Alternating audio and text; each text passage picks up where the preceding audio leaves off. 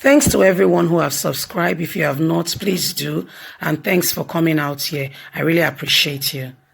Protesters defiles Obaseki's coffee, mounts road blocks.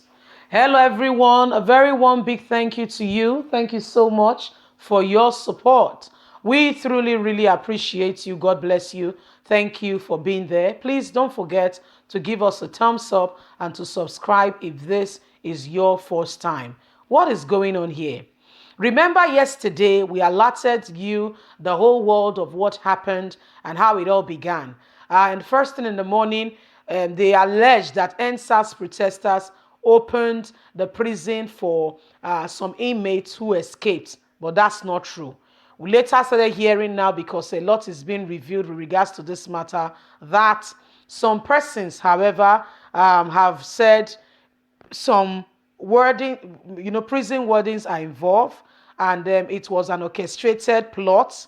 There's a lot still unfolding with regards to that matter, and I can tell you 200% it's not NSAS protesters, okay?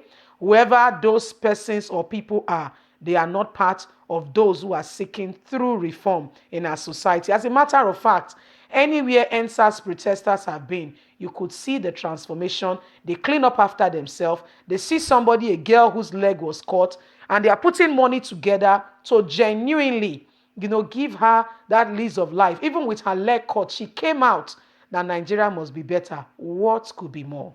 Let's get on to the news and get all the details. Protesters defiles Obaseki's curfew, mounts road blocks. Hundreds of NSAS protesters in Edo State on Tuesday defied the 24-hour curfew imposed by the state government as they took to the major roads and streets of Benin City. The protesters mounted roadblocks and made bonfire at about 30 meters interval, messing up the entire stretch of the road. Hundreds of residents who also ignored the curfew were seen headed to various directions, recruiting motorists who were made to pay for their passengers at every roadblock by staring-looking youths who was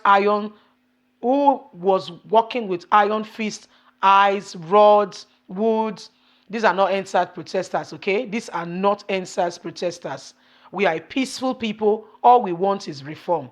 A motorist who volunteered to comment said the anarchy was to pay 200 naira at every point. These are not the protesters. These have been hijacked by people who are no good, okay? So please get it correctly. They are not NSAS protesters. We don't carry weapons.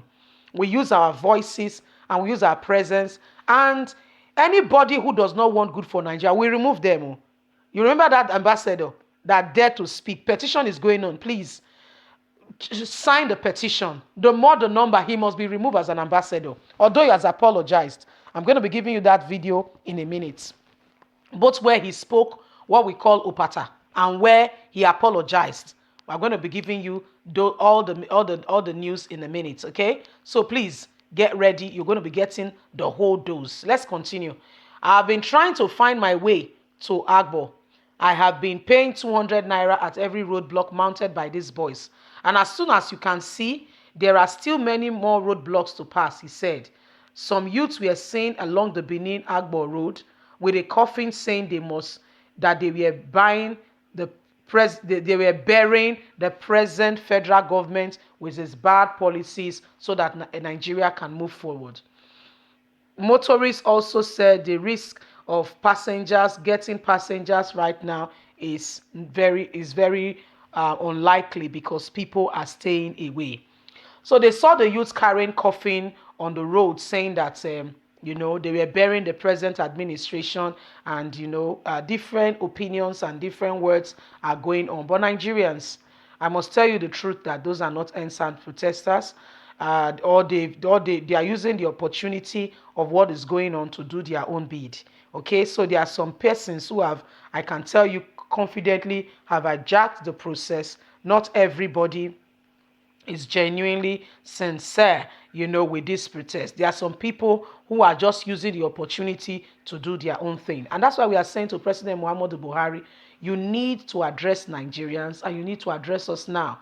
What is wrong if you say, uh, fellow Nigerians, or listen, youth of this country, I have heard you. I've heard you. I'm listening. Is this what you want? I've heard you. Okay. If I don't do this within 6 months, I'll resign. If this is not done within 9 months, let this, put landmarks, put real things in perspective. And guess what? We will trust you. We will give you what we call benefit of a doubt, that you will keep to your side of the bargain, of the coin, and we will stop the protest immediately. So this is what we are talking about. But President Muhammadu Buhari prefers to say fellow Nigerians without connecting with Nigerians, without genuinely addressing us and making us understand that he is with us. Because I don't think he's with us, you see. I don't think so. If he's with us, we would have known. He's not with us. Buhari has his own agenda. Buhari has his own words with regards to all that is going on. And he can't be bothered. How can he? His children are getting married, traveling overseas, even when there is curfew, there is lockdown for honeymoon and the rest, schooling in the best schools in the world. How do you expect him? They don't understand what is going on. They don't even understand what NSAS protesters is. They've never been molested before. They go around with siren. We want, we want. So they don't understand what people are going through. No wonder daughter can say, I understand, but this is embarrassing. Yes, that's what the daughter posted. That's all she could say. I understand NSAS, but this is embarrassing. It's not your fault. You don't understand what embarrassment is. When you understand it, you don't understand it yet too. When you understand embarrassment, you don't see where person they fall from grace to grass. If you are not careful, every one of you that have made this country to suffer, everyone who has made this country to suffer in one way or the other, not only them will suffer, their children, unless they come to beg Nigerians and repent, and actually beg Nigerians, they will not go far. It's not a cause, it's nothing, but it's just the true reality of things on ground. If they don't repent, if they don't beg Nigerians and change from this continuous harassment, poverty, so they are stealing from the whole country to give to you guys to go to the best schools, where they should put this money in OAU, Obafemi Awolowo University, University of Calabar, University of Jos, Nnamdi Azikiwe University. I'm trying to cover all the universities in the country. I'm talking about the South, the Southwest, the Southeast, the North, all the northern parts, universities, so that every Nigerian can go to good schools. Guess what? They send their children to the schools and squander the money. I said, if you don't repent, all of you, hey, gbege for you. Anyway, guys, leave us a comment. God bless you. Bye for now.